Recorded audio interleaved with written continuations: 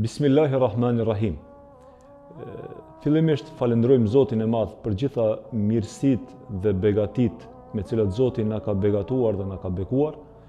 Na krijoi si qenje më dalluar në mesin e gjitha krijesave tjera,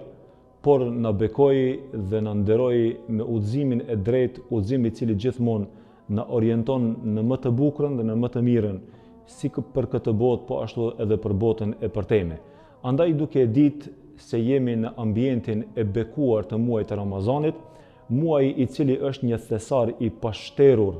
për shumë mirësi që ne ta fisnikrojmë shpirtin ton, mendjen ton, trupin ton, jetën ton në jetën e kësaj bote. Andaj shfrytëzojmë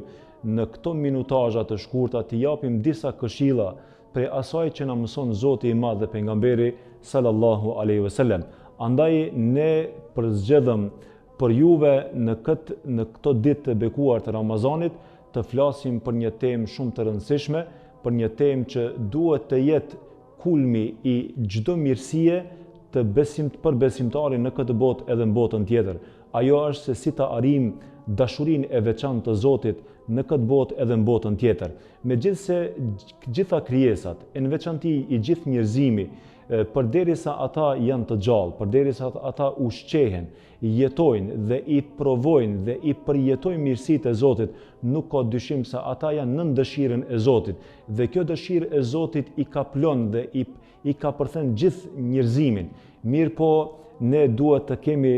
në vetdije se Zoti i Madh ka një dëshirë të veçantë për robët e tij dhe këtë dëshirë ne duhet të mundohemi ta fitojmë me veprat tona, me imanin ton, me besimin ton, me gjitha veprat qofshin edhe më të vogla në jetën e kësaj bote. Andaj ne do t'i përmendim disa pika nëpërmjet të cilave ne do të arrijmë dhe do të gëzojmë suksesin e madh për të arritur dashurinë e Zotit të Madh. Nuk është më rëndësi se ne e dojmë Zotin, po t'i pyesim njerëzit një nga një, gjithë do të thojnë se ne e duam Zotin, por e rëndësishmja është se a thu vallë Zoti a na don neve apo nuk na don neve. A na veçon me dashurinë e tij që ne të jetojmë të suksesshëm, që ne të jetojmë të lumtur, ne të jetojmë në harmoni edhe në këtë botë edhe në botën tjetër. Andaj Gjibrili alayhis salam për ta kuptuar rëndësinë dhe vlerën e kësaj pike dhe kësaj çështje në jetën tonë,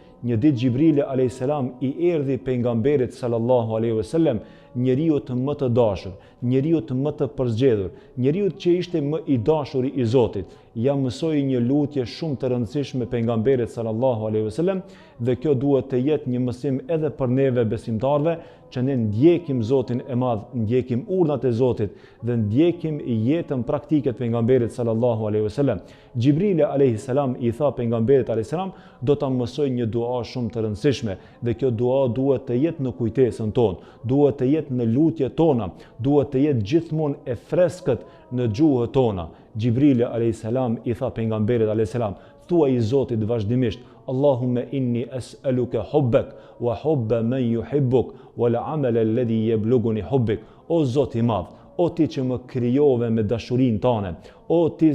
Zot që më krijove me dëshirën tënde dhe caktimin tënd, unë e kërkoj në vazhdimsi dashurinë tënde që të më kaplon dashuria jote, që ajo të më shoqëron në çdo kohë, në çdo çast dhe në çdo vend. E lut Zotin e Madh dhe o Zoti im të drejtohem që edhe unë t'i dua dhe të më duan ata që të dojnë ti dhe ti i don ata dhe kërkoj që në vazhdimsi në jetën time t'i bëj veprat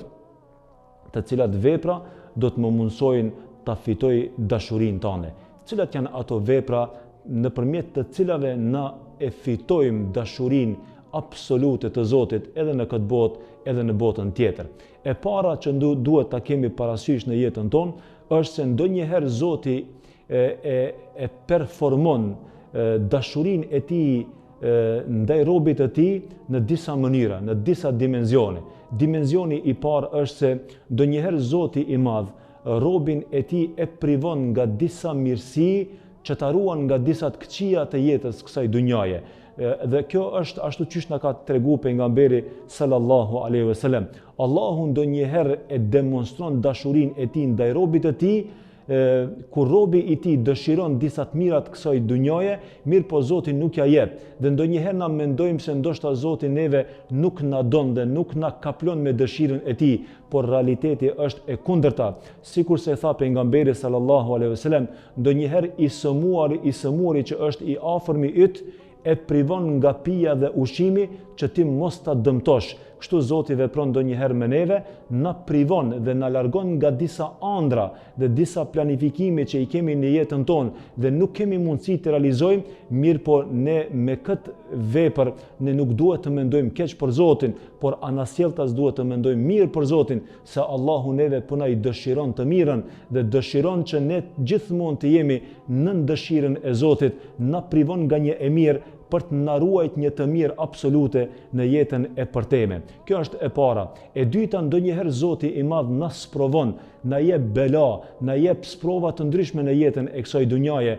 dhe ne nuk duhet të mendojmë keq për Zotin, por duhet në esencë gjithmonë të mendojmë të mirën për Zotin e Madh, se çdo caktim i Zotit për neve është për hajrin ton, e sidomos sprovat e kësaj jete, të cilat sprova janë rregulla dhe ligje universale, ashtu sikur se tha pejgamberi sallallahu alaihi wasallam, madhështia e shpërblimit është sipas madhështisë së sprovës. Andaj duhet ta kemi parasysh se në jetën e kësaj bote gjithë janë të sprovuar dhe më të sprovuarit kanë qenë pejgamberët e Zotit, kanë qenë të dërguarit e Zotit, e në veçanti më i sprovuari ka qenë pejgamberi alayhis salam, i dashuri i Zotit, i cili ishte gjithmonë në konekt me Zotin, i cili foli me Zotin e Madh, i cili e njihte Zotin e Madh, mirë po ishte më i sprovuar, mirë po ai u bante ballë gjithmonë sprovave me bindjen se Zoti i Madh nëpërmjet sprovave ai dëshiron ta gradoj, ai dëshiron që ta bëj më të fortë, ai dëshiron që ta furnizoj me të mirat e përtejme në jetën e kësaj bote edhe botës tjetër. Po ashtu prej gjërave që neve na mundson ta fitojmë dashurinë e Zotit është se thot pejgamberi sallallahu alaihi wasallam, kush e dëshiron takimin me Zotin, edhe Zoti e dëshiron takimin me të. Është një performim i dashurisë së Zotit ndaj robit, është i veçantë në momentin e vdekjes. I than pejgamberit sallallahu alaihi wasallam sahabët, ja Rasulullah, a dëshiron dikush që të vdes dhe ta takon Zotin? Tha pejgamberi alaihi salam, nuk është ajo që ju e kuptuat, se në momentin e fundit ndonjëherë Zoti ja shpalos dashurinë e madhe që e ka pas Zoti për robin e tij, dhe në atë moment Zoti e Madh e përgëzon me të mirat e xhenetit, e përgëzon me falje, e përgëzon me mëshirë, e përgëzon me të mirat e pafunda të ahiretit, dhe në këtë moment robi i Zotit kur i shef këto mirësi, ai me flak dhe me gjitha mundësit mundohet që sa më shpejt ta takon Zotin, dhe Zoti dëshiron të takohet me robin e tij, sepse robi e din se ai do të futet në mëshirën e Zotit. Po ashtu prej elementeve që neve na tregon se Zoti e don robin e tij është kur njeriu është i dashur për besimtarët, besimtari i cili është dashamir i Zotit, besimtari i cili është evlia i Zotit, ai është i pranueshëm në mendjen e besimtarëve, ai është i pranueshëm në zemrat e besimtarëve. Tha pejgamberi sallallahu alaihi wasallam, kur Zoti i Madh e don robin e tij, e thret Gjibrilin alayhis salam dhe i thot, o Gjibril, unë e du filanin, edhe ti duhesh me dasht. Pastaj Gjibrili alayhis salam e merr këtë udhëzim prej Zotit, e merr këtë informat prej Zotit dhe e shpërndan te melaçet e qiejve, melaçet që ne nuk u adim numrin, dhe ju tregon dhe i informon se Zoti i Madh e don filanin, dhe kështu në këtë mënyrë bëhet i pranueshëm ky rob me dëshirën e Zotit që të jetë i dashur edhe në mesin e njerëzve. Po ashtu edhe prej momenteve dhe prej rasteve që shpaloset dashuria e Zotit ndaj robit të tij, është se Zoti i Madh disa njerëzve, ndoshta edhe disa keqbërësve që kanë qenë njerëz që kanë bërë keq, e Allahu ndonjëherë këta njerëz i nxjerr nga kjo situatë dhe i nxjerr nga ky status keqbërës në veprim mirë. Thot pejgamberi sallallahu alaihi wasallam, kur Allahu ja dëshiron të mirën robit të tij, kur Allahu dëshiron me dëshirën e tij ta kaplon robin e tij, ja mundson që në periudhën e fundit të jetës që ta ëmbëlsoj në vepra të mira. Than sahabët, ja Rasulullah, si ka mundësi me ndodh kjo? tha pejgamberi alayhis salam, nuk ja merr shpirtin para se t'ja mundson robit të tij që ai ta ndryshon statusin e tij nga një status keqbërës në statusin veprimir, dashamir i veprës së mirë, dashamir i Zotit, dashamir i çdo veprës së mirë, andaj edhe kështu ndryshon statusi i tij, edhe pse ndoshta ai pjesën dërmuese të jetës së tij ishte keqbërës, mirë po Zoti i Madh kur Allahu don me e nxjerr nga ky status dhe ta bëj